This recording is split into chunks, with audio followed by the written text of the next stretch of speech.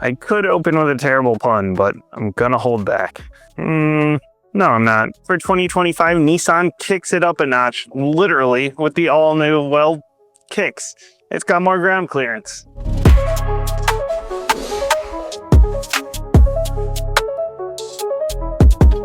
There's a new engine in town, a 2-liter 4-cylinder that churns out 141 horsepower and 140 pound-feet of torque. Not exactly blinding speed, but a good bump over the last gen. Your only transmission option is going to be an Xtronic CVT, no surprise there.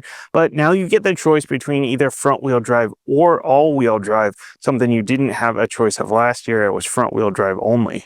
Fuel economy for this SR all-wheel drive I have here is rated at 30 miles per gallon combined. It goes up by 1 if you get the front-wheel drive version. And I'm averaging right around 26, trying to wring everything I can out of this little engine.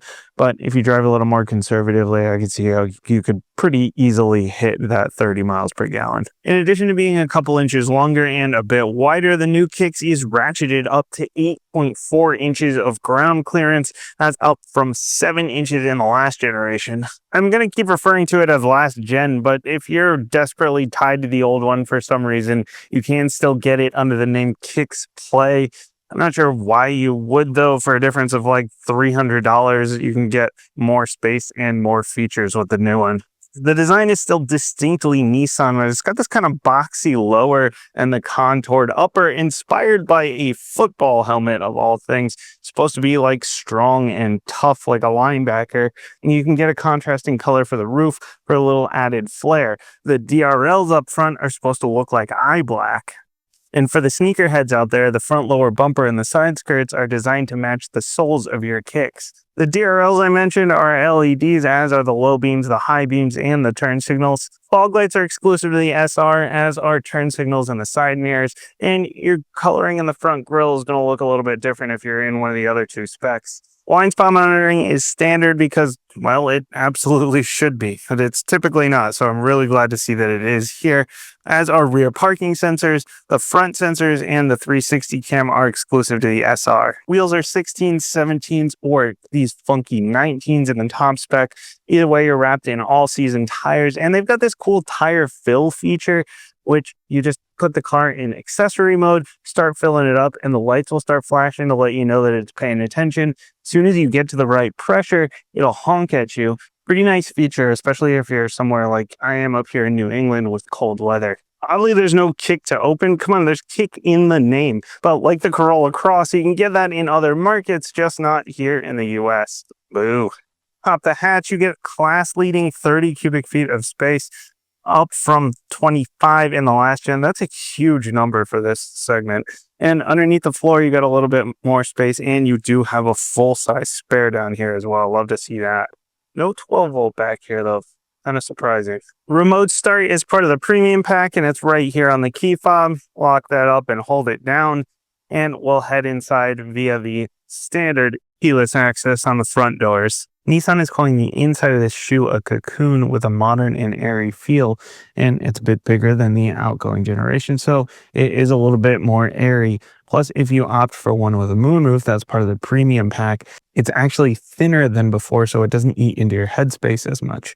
Great news for tall people and for that one guy taking it to the track with his helmet on. Wearing a helmet inside of a helmet. That's meta. Material choices are great for the most part, with minimal gloss black and lots of leatherette all around in the SR.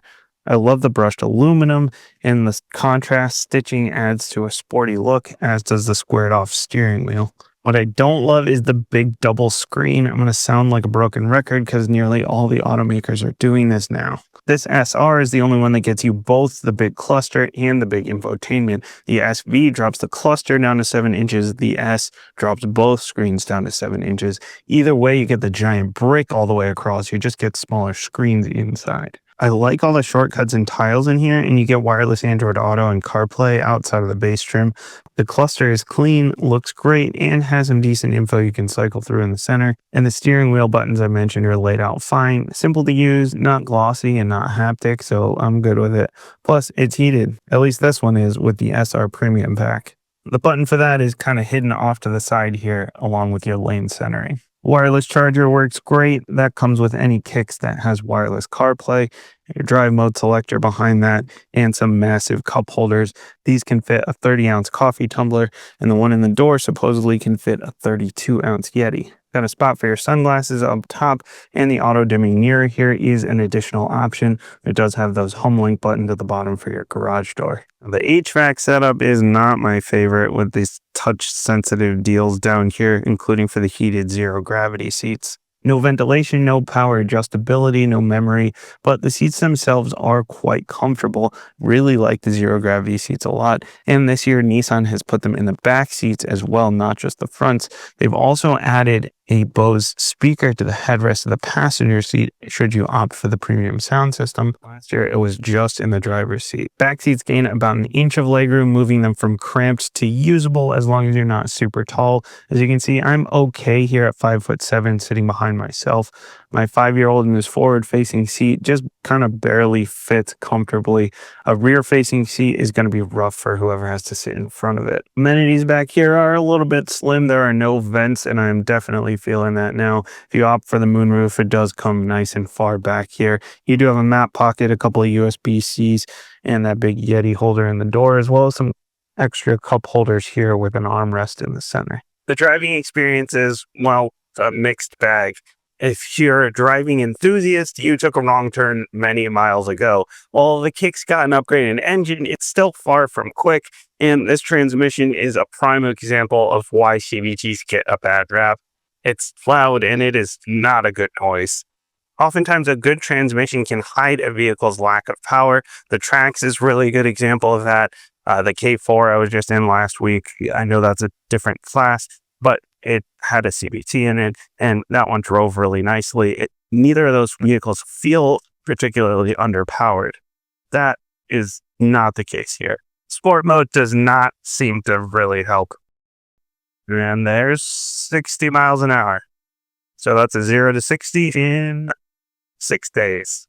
I mentioned sport mode. There's also an eco, a normal, and if you get all-wheel drive, then you get a snow mode. So that one will kind of tweak what the drivetrain does, optimizing it for slippery conditions. The transmission isn't the only noise coming into the cabin. It's loud in here in general, and it's rough. It rides real rough. Now, it's not all bad. The visibility is good all around. The driver's assist is extensive when it comes to standard features, especially for the class, and it's the least annoying system of any that I've experienced. It's not overly intrusive when it comes to lane keeping or forward collision, and the tones for blind spot monitoring and the parking sensors are actually not so bad on the ears. Even the turn signals sound kind of nice. Too bad I can't hear them over the cabin noise. I can't see them because they're blocked by the steering wheel. So if you see a Kicks out driving for miles and miles with its turn signal on, go easy on them. The SR gains lane tracing over the S and the SV, and it upgrades your adaptive cruise system so that it works all the way down to stop and go. So you've got that magic combo of the car keeping you centered in your lane and keeping your distance behind the person in front of you. The centering system works quite well. The cruise is a little bit conservative and a little bit slow to react to gaps in traffic, but overall, the system works well. Another SR exclusive feature is the intelligent trace control system. It is supposed to sort of mimic a limited slip differential, selectively applying brakes to different wheels as needed as you come through a corner to pull you through that corner in a little bit more of a balanced manner than you otherwise would. And honestly, cornering is something this car does quite well. Probably not a characteristic that's at the top of your shopping list in this segment, but worth noting. Also worth noting are the brakes. Too often in non-performance cars, the brakes are spongy or soft, and you have to get way deeper into the pedal than you expected. But that's not the case here. These are strong and confident. Overall, the driving experience leaves a little bit to be desired, to put it lightly. It rides pretty rough. It's not the quickest thing in the world, and it doesn't sound great. Now, if you want it for the fuel economy, then the Corolla Cross Hybrid is right there for that. If you want something better dynamically, you've got the CX-30, especially with the turbo.